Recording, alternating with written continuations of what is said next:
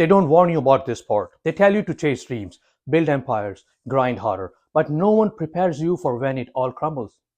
When everything you built turns to dust, the silence after the storm, the void that follows the fall. You will lose things in this life: money, opportunities, friends who swore they would never leave, maybe even parts of yourself. It'll feel like the world is laughing at your pain, like the universe forgot your name. But listen to me, you're not done. Because greatness is not measured by how high you climb, it's measured by how many times you're willing to restart after everything falls apart.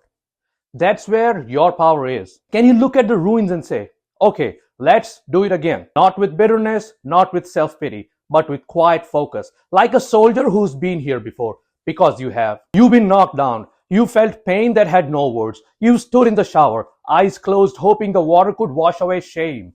And yet, you're still breathing. That means you've already survived the worst day of your life. And if you can survive that, you can rebuild anything.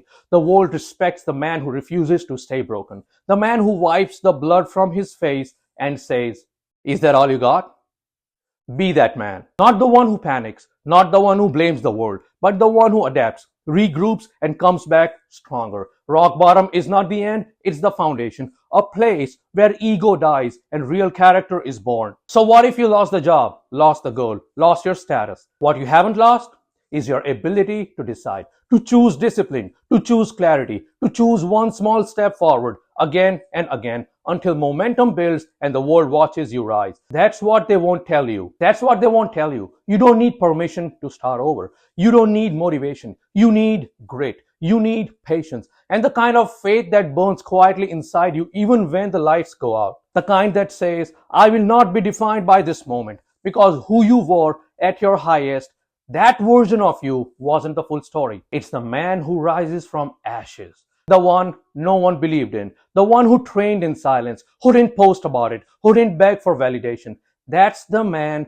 who becomes unstoppable. So if you have lost everything, good. Now you get to find out what you're truly made of. Restart, not because it's easy, but because it's necessary. Restart, not because the world is fair, but because you refuse to let it break you. And if you must walk alone for a while, so be it. The lone wolf becomes dangerous when he learns to heal in solitude.